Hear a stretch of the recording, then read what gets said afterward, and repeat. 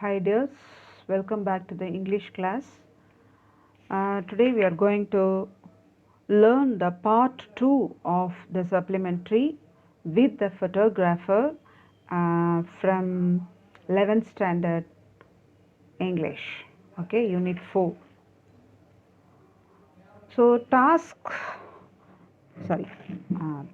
in part 1 we have seen that the author went to a studio and wanted to take a photograph of him, his own, but the photographer tortured him to keep the face like this way and that way, and twisted his head and asked him to roll his eyes in between the lids and droop the ears like that. Many things he tortured him, and also he um,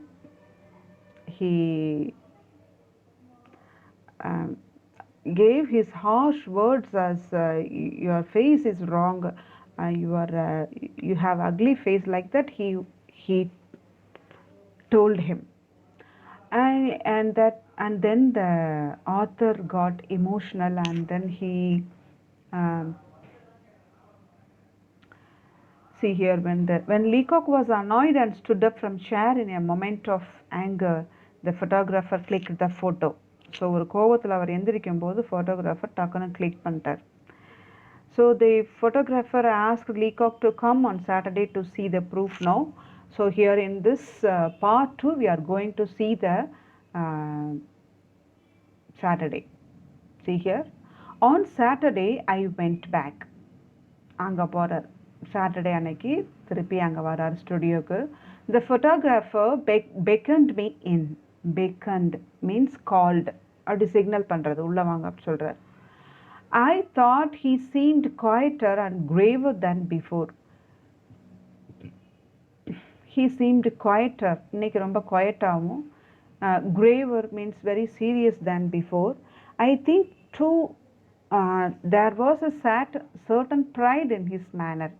அவரை பார்த்தாலும் அப்படி பெருமையாக கர்வமாக இருக்கிற மாதிரி தெரிஞ்சிச்சு. He unfolded the proof of a large photograph and we both looked at it in silence. ஒரு proof காமிச்சார், பெரிய ஒரு ஃபோட்டோகிராஃப். முந்திலாம் வந்து பெரிய ஃபோட்டோவை வீட்டில் பெருசாக மாட்டுவாங்க. அந்த மாதிரி ஒரு ப்ரூஃப் எடுத்து unfolded the proof of a large photograph. unfoldedனா மடிச்சிருக்கிறத விரிச்சு காமிக்கிறார். and we both looked at it in silence. ரெண்டு பேரும் சைலன்ஸாக பார்க்குறாங்க. Is it me, I asked. அந்த ஃபோட்டோவை பார்த்துட்டு ஆத்தர் என்ன கேட்குறாரு, இது நானா அப்படின்னு கேட்குறாரு. ஏன்னா அது அவர் மாதிரியே இல்லை. Yes, he said quietly, it is you and we went on looking at it. ஆமாம், நீங்கள் தான் அப்படின்னு சொல்கிறார். The eyes, I said hesitatingly, don't look very much like mine. Hesitating means தயக்கமா. ஓ, இந்த கண்ணை பார்த்தா என்னோடது மாதிரியே தெரியலையே, என்னோட கண்ணு மாதிரியே இல்லையே அப்படி சொல்கிறாரு. Oh no, he answered, I have retouched them, they come out splendidly, don't they. அப்போ அவர் சொல்கிறாரு, ஓ நோ, நான் வந்து அதை ரீடச் பண்ணிக்கிறேன். நான் ஃபோட்டோ எடுத்தால் சரியாக தான் இல்லை, நீங்கள் எங்கே உங்கள் மூச்சு எங்கே நல்லா இருக்குது, நான் வந்து அதை ரீடச் பண்ணி அந்த கண்ணை நல்லா அழகான கண்ணாக மாற்றிக்கிறேன். They come out splendidly, don't they. இப்போ எப்படி அழகாக வந்திருக்கு பார்த்தீங்களா, இல்லையா சொல்லி கேட்குறாரு. அண்ட் தென்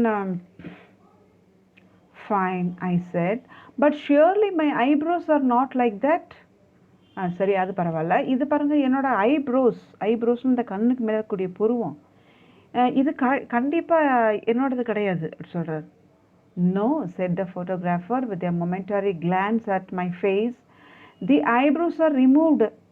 உங்களோட புருவம் நல்லாவாக இருந்துச்சு, நாங்கள் அதை ரிமூவ் பண்ணிட்டோம். நாங்கள் ஃபோட்டோ எடுத்துகிட்டு உங்கள் கண்ணு புருவத்தை நாங்கள் ரிமூவ் பண்ணிட்டோம்.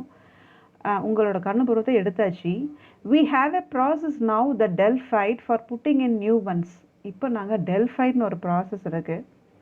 அந்த டெல்ஃபைடை போட்டு பெயிண்ட் மாதிரி கண்ணு பருவத்தை வந்து நாங்கள் அழகாக மாற்றி, இப்போ பார்த்தீங்களா உங்கள் கண்ணு பருவம் எப்படி அழகாக கொண்டுக்கிறோம் பாருங்கள் சொல்லி காமிக்கிறார்.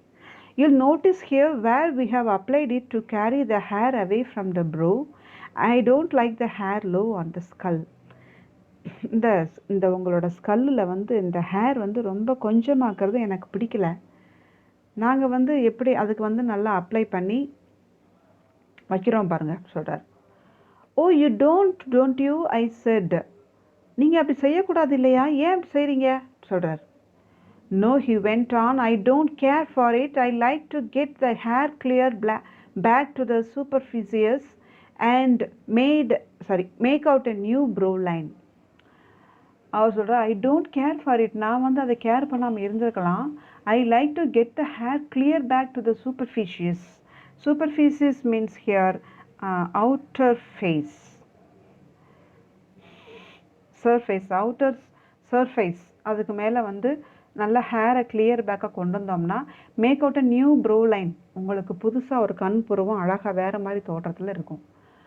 வாட் அபவுட் தி மவுத்? ஐயோ இந்த வாயை என்ன பண்ணீங்க? I said with a bitterness that was lost on the photographer. Is that mine? இந்த வாயு என்னோடதா சொல்கிறார். It has adjusted a little. It is adjusted a little, he said. Yours is too low. உங்களோட வாய் ரொம்ப லோவாக இருந்துச்சு. I found I couldn't use it. எனக்கு அந்த லோவாக இருக்கக்கூடிய வாயை யூஸ் பண்ணுறதுக்கு பிடிக்கவே இல்லை அப்படின்னு சொல்கிறார். அதையும் அப்போ ரீடச் பண்ணிக்கிறார். The ears, though I said, strike me as a good likeness, they are just like mine. இந்த காதை என்ன பண்ணீங்க? காதை கூடயா அப்படி சொல்லி கேட்குறார். Yes, said the photographer thoughtfully, that's so, but I can fix that all right in the print. அதெல்லாம் நான் வந்து கரெக்டாக பிரிண்டில் ஃபிக்ஸ் பண்ணிடுவேன், ஃபிக்ஸ் பண்ண முடியும். We have a process now, the sulfide, for removing the airs entirely. I'll see if அந்த சல்ஃபைடை போட்டு, அந்த சல்ஃபைடு இப்போ இருக்கக்கூடிய ப்ராசஸில் வந்து சல்ஃபைட்னு ஒரு கெமிக்கல் இருக்குது. அதை போட்டு நாங்கள் காதை சுத்தமாக எடுத்துகிட்டு வேறு காதை நாங்கள் எங்களுக்கு ஏற்ற மாதிரி அழகாக வச்சுக்கிடுவோம் சொல்கிறாங்க. ஐல் சி இஃப் இவங்களுக்கு பிடிக்கலன்னா பாருங்கள் இப்போ நான் என்ன பண்ணுறேன் அப்படின்னு சொல்லும்போது இவர் நிப்பாட்ட சொல்லிட்டு, லிசன், ஐ இன்டரப்டட். அவர் பேசிட்டு இருக்கும் போது லிசன், கவனிங்க மொதல் அப்படி சொல்கிறாரு. Drawing myself up and animating my features to their full extent and speaking with a withering scorn. Withering scorn means disapproving hatred. ஒரு வெறுப்போட பேசுகிறார். That should have blasted the man on the spot. அந்த ஸ்பாட்லேயே should have blasted, அந்த அவனை வந்து அடித்து தீர்க்கணும், அவனை வந்து கொல்லணுன்ற வெறியோடு இருக்கிற மாதிரி அவர் பேசுகிறார். I picture something which mad though it seems, would have looked like me. I wanted something that would depict my face as heaven gave it to me, humble though the gift may have given. இந்த author என்ன சொல்கிறாரு, I wanted something that would depict my face. Depict means give a picture of. என்னோட face எப்படி இருக்கோ அப்படியே தான் உன்னை நான் எடுக்க சொன்னேன். As heaven gave it to me. Heaven means God. கடவுள் வந்து என்னை எப்படி படைச்சிக்கிறாரோ அப்படியே தான் உன்னை நான் என்னுடைய முகத்தை எடுக்க சொன்னேன். Humble though the gift may have been. அந்த கிஃப்ட் எனக்கு என்னவா இருக்குமோ அப்படி தான் எடுக்க சொன்னேன். கிஃப்ட், கடவுள் கொடுத்த கிஃப்ட் எனக்கு அதுதான். அது கடவுள் என்னை எப்படி படைச்சாரோ அப்படி தான் எடுக்க சொன்னேன். I wanted something that my friends might keep after my death to reconcile them to my loss. நான் வந்து என்னோட ஃப்ரெண்ட்ஸை வந்து something that my friends might keep after my death. நான் இறந்த பிறகு என்னோடய ஃப்ரெண்ட்ஸ் எல்லாம் என்னுடைய ஃபோட்டோவை பார்த்து நினைவு கூர்ந்து நான் இப்படிலாம் இருந்தேன் என்னை பார்க்குறதுக்காகத்தான் நான் வந்து to reconcile them to my loss. Reconcile means to comfort and heal after my death, after my loss of mind. So என்னோடய ஃப்ரெண்ட்ஸ் வந்து என்னையெல்லாம் இழந்த பிறகு இப்படி ஒருத்தர் நல்லவரை இழந்துட்டோமேன்னு சொல்லி அவங்க ஆறுதல் படுத்திக்கிறதுக்கும் அவங்க என்னை அப்பப்போ பார்த்து ஞாபகப்படுத்துறதுக்கும் தானே ஃபோட்டோ எடுக்க சொன்னேன். It seems that I was mistaken. What I wanted is no longer done. Go on then with your brutal work. நான் sorry, it seems that I was mistaken. இதில் வந்து நான் நினச்சது மாதிரி நடக்கலையே. What I wanted is no longer done. நான் என்ன நினச்சனோ அதை வந்து நீங்கள் பண்ணவே இல்லை ஒன்று கூட. Go on then with your brutal work. ப்ரூட்டல்ன்றார் அந்த ஒர்க்கை. அதாவது ஒரு ஃபோட்டோ எடுக்கும்போது அந்த ஃபோட்டோ, அந்த மேன் எப்படி இருக்கிறானோ அப்படியே எடுக்கிறதான் ஃபோட்டோ. அதை வந்து அழகாக்கி கண்ணை புருவத்தை எடுத்துட்டு கண்ணு புருவத்தை வில்லு மாதிரி வைக்கிறது, கொடுத்த கண்ணு வந்து குட்டியாக இருக்குன்னு சொல்லிட்டு பெருசாக நம்மளே வரைஞ்சிக்கிறது, அல்லது வாயை மாற்றுறது, இப்படிலாம் மாற்றுறது வந்து இங்கே கேவலமாக சொல்கிறார். நம்ம இருக்கிறத படம் பிடிச்சி காமிக்கிறது தான் கேமரா. எடுத்த பிறகு அனிமேஷன் பண்ணி மாற்றி நம்மளை அப்படியே அழகாக காமிக்கிறதுல என்ன யூஸ்? நம்மளுடைய ஒரிஜினாலிட்டி போயிடுதே அப்படி சொல்கிறார். ஸோ அதை வந்து ப்ரூட்டல் ஒர்க் அப்படி சொல்கிறார். Go on then with your brutal work. உன்னோட ப்ரூட்டல் ஒர்க்கை கொண்டுட்டு போய் எங்கேயாவது. Take your negative or whatever it is you call it, dip it in sulfide, bromide, oxide, cowhide, anything. You like remove the eyes, correct the mouth, adjust the face, restore the lips, reanimate the necktie and reconstruct the waistcoat. நான் சொல்கிறாரு, உன்னோட brutal ஒர்க்கை எடுத்துகிட்டு எங்கேயாவது போ, உன்னோட நெகட்டிவையும் எடுத்துகிட்டு போ. Or whatever it is you call, நீ வந்து என்னென்னலாம் சொல்கிறியோ, சல்ஃபைடு, புரோமைடு, ஆக்சைடு, கவ்வைடு, இப்படி என்னென்னத்தெல்லாம் சொல்கிறீங்களோ அப்படி வேஸ்ட், அந்த மாதிரி வேஸ்ட்டான கெமிக்கல்லாம் எடுத்துக்கிட்டு அதை வச்சுக்கிட்டு anything you like, remove the eyes, கண்ணை ரிமூவ் பண்ணிக்கோ, மவுத்தை கரெக்ட் பண்ணிக்கோ, ஃபேஸை அட்ஜஸ்ட் பண்ணிக்கோ, லிப்ஸை திருப்பி வேறு மாதிரி மாற்றிக்கோ, ரீஅனிமேட் த நெக்டை, போட்ட நெக்டையை கூட வேறு மாதிரி போட்ட மாதிரி மாற்றிக்கோ, அண்ட் ரீகன்ஸ்ட்ரக்ட் த வெயிஸ்ட் கோட்டை போட்ட ட்ரெஸ்ஸை கூட வேறு மாதிரி போட்டுக்கோ.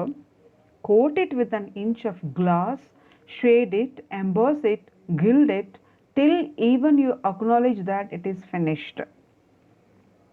அங்கே என்ன பண்ணுறார்? Coat it with an inch of class.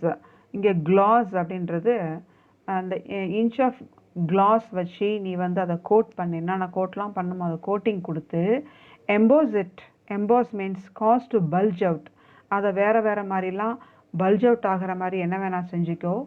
Guilt it, அதை நல்லா கில்டு பண்ணிக்கோ. Till even you acknowledge that it is finished, இது முடிஞ்சிருச்சுன்னு அக்னாலேஜ் பண்ணுறதுக்கு முன்னாடி என்ன வேணால் பண்ணிக்கோ. Then when you have done all that, keep it in for your self and your friends. நீ இந்த மாதிரிலாம் அனிமேஷன் பண்ணி அந்த படத்தையே வேறு மாதிரி மாற்றி அதை உனக்காகவும் உன் ஃப்ரெண்ட்ஸுக்காகவும் வச்சுக்கோ. தே மே வேல்யூ இட். அவங்க அதை வந்து ரொம்ப அழகாக பண்ணிக்கிறானே, இப்படி அசிங்கம் வந்தவனை அழகாக மாற்றிக்கிறானே அப்படி சொல்லி அவங்க வந்து அதை வேல்யூ பண்ணுவாங்க. To me it is but a worthless bauble. என்னையை பொறுத்த வரைக்கும் இது ஒரு என்ன சொல்கிறது, ஒரு வர்த்லெஸ் மீன்ஸ் மதிக்கத்தகாத, அதாவது ஒரு அசிங்கமான, ஒரு வேல்யூவே இல்லாத ஒரு பாபிள் means a thing of no value, அதுக்கு மதிப்பே கிடையாது. I broke into tears and left. நான் வந்து அழுதுட்டு அந்த இடத்த விட்டு கடந்து போயிட்டேன் அப்படின்னு சொல்கிறார். ஸோ இங்கே என்ன இதுலேருந்து இந்த லெசன் மாரல் என்னன்னு கேட்டிங்கன்னா, the photographer sees that he was the only one who can turn the negative to positive. Photographer என்ன நினச்சாரு, நம்ம ஒருத்தவங்க தான் வந்து நெகட்டிவாக பாசிட்டிவாக மாற்றுறதுக்கு முடியும், அசிங்கமாக்கக்கூடிய ஃபேஸை அழகாக்கிறதுக்கு முடியும் அப்படின்னு நினைக்கிறாரு. And artist is a god of his creation. ஒரு ஆர்டிஸ்ட் வந்து அவருடைய படைப்பினுடைய காடு. This shortly amusing story proves that god creates us. கடவுள் வந்து நம்மளை படைச்சிருக்கிறாரு. ஆனால் ஒரு ஃபோட்டோகிராஃபர் இஸ் அன் ஆர்டிஸ்ட். அவர் ஒரு ஆர்டிஸ்ட்டு. அந்த ஆர்டிஸ்ட் வந்து கடவுள் படைத்த படைப்பையே இப்படி படைச்சா எப்படி இருக்கும் அப்படி சொல்லி ஒரு கடவுள் மாதிரி அவரை வந்து வேற ஒரு படைப்பாக, அழகான படைப்பாக மாற்றுறதுக்கு ட்ரை பண்ணுறார். ஆனால் கடவுள் வந்து ஒவ்வொருத்தங்களுக்கும் இந்த மாதிரி தான் உனக்கு ஃபேஸ் இருக்கணும், இவ்வளோ தான் உனக்கு கலர் இருக்கணும், ஒவ்வொருத்தங்களையும் ஒவ்வொரு டிஃப்ரெண்ட் கைண்ட்ஸ் ஆஃப் பீப்புளை கடவுள் வந்து அழகழகாக வித்தியாசமாக படைச்சிருக்கிறார். ஸோ கடவுளுடைய படைப்புக்கு விலையே கிடையாது. This shortly amusing story proves that. இந்த சின்ன ஸ்டோரி வந்து அதை ப்ரூவ் பண்ணிருச்சு. ஆனால் அப்படி இந்த ஆர்டிஸ்ட்டை வந்து காட் ஆஃப் ஹிஸ் கிரியேஷன் சொல்கிறோம். அவருக்கு காடாக இருக்கலாம் அல்லது அவருடைய கிரியேஷன் அவருக்கு பிடிச்சிருக்கலாம். But to this author he doesn't like his animated photos. He wanted to take photo as his original. ஒரிஜினலாக தான் எடுக்கணும்னு நினச்சார். So here to me it is but a worthless bauble அப்படின்னு எப்படி சொல்றார். Why did the photographer's touch of technical expertise appear a worthless bubble to Leacock அப்படின்னு பார்க்கும்போது, though the photographer only used his technical expertise, the photo did not look like Stephen Leacock. அவருடைய technical எக்ஸ்பர்டைஸை வச்சு இப்படி கண்ணு புருவத்தை காதை இப்படி அப்படி மாற்றி அவர் அமைச்சா கூட இந்த ஃபோட்டோ வந்து ஸ்டீஃபன் லீகாக் மாதிரியே இல்லை. அழகாக இருக்குதான், ஆனால் ஸ்டீஃபன் லீகாக் இறந்த பிறகு இது வேற யாருன்னெலாம் நினைப்பாங்க. It didn't depict Leacock's face which he had planned to give his friends to keep after his death. அவர் இறந்த பிறகு அவங்க ஃப்ரெண்ட்ஸுக்கு அவர் ஃபோட்டோவை கொடுக்கலாம், மெமரபிளாக வச்சுக்கிட்டோம் அப்படின்னு நினைக்கும் போது அவர் என்ன நினச்சாலும் அது நடக்கலை. Thus the whole experience was annoying and the photograph turned out to be a worthless bauble to Leacock. லீகாக்குக்கும் அது ஒரு ஒரு worthless means என்ன சொல்கிறது, ஒரு மதிக்கத்தகாத ஒரு பொருளாக அது மாறிடுச்சு. அவ்வளோ வெறுத்து அதை சொல்கிறார்.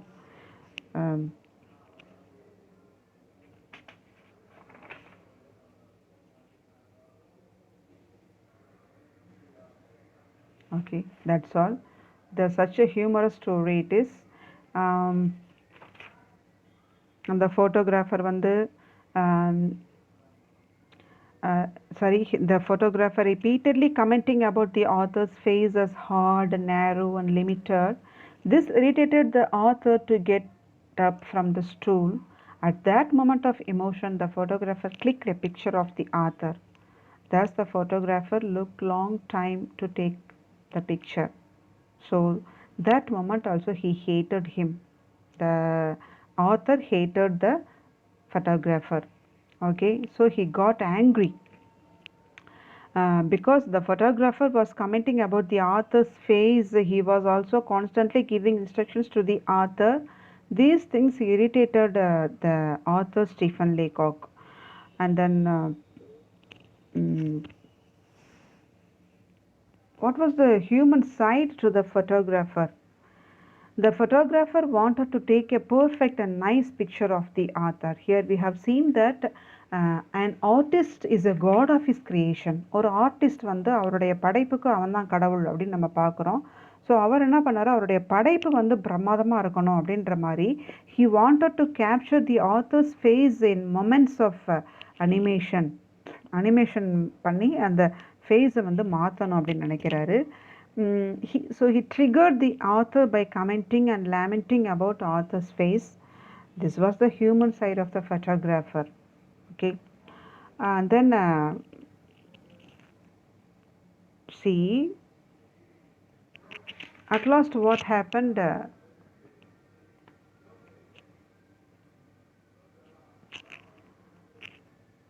to the author it was a worthless bauble. ஆத்தரை பொறுத்த வரைக்கும் அப்படி அனிமேஷன் பண்ணி அழகாக கொண்டு வந்து நம்மளுடைய ஒரிஜினல் ஃபீச்சர்ஸ் எல்லாம் மாற்றி அமைச்சு ஒரு ஃபோட்டோவை உருவாக்குறது, இட் இஸ் எ வேர்த்லெஸ் பாபிள். அதை நீயே அந்த ஃபோட்டோவெல்லாம் அழகுபடுத்தி நீயும் உன் ஃப்ரெண்ட்ஸும் வச்சுக்கோங்க, அது எனக்கு தேவையே இல்லைன்னு சொல்லி கொடுத்துட்டு அழுதுட்டு போகிறார். ஏன்னா அவர் வந்து அவ்வளோ கஷ்டப்பட்டிருக்கார். அவருடைய கடவுள் படைச்ச அவருடைய முகத்தை இவர் சொன்ன குறைய இப்படி இருக்கு அப்படி இருக்குன்னு மாற்றி மாற்றி சொன்ன குறை அப்படி எடுத்துட்டு நான் ஐப்ரோவை எடுத்துட்டேன் இதை எடுத்துட்டேன்னு சொன்னால் இவர் தான் அவருடைய க்ரியேஷனுக்கு இவர் தான் காட் மாதிரி. அதாவது ஆர்டிஸ்ட் தான் வந்து அவங்களுடைய படைப்புகளுக்கு அவங்க தான் காட் அப்படின்றது இந்த கதையில் வந்து ப்ரூவ் பண்ணுறார். Okay, so here today you are going to right the paragraph here. Look at this. See here, 2 paragraphs have been given in your book. Task 3, answer the following questions in a paragraph of 100 to 150 words each. 2 paragraphs are there.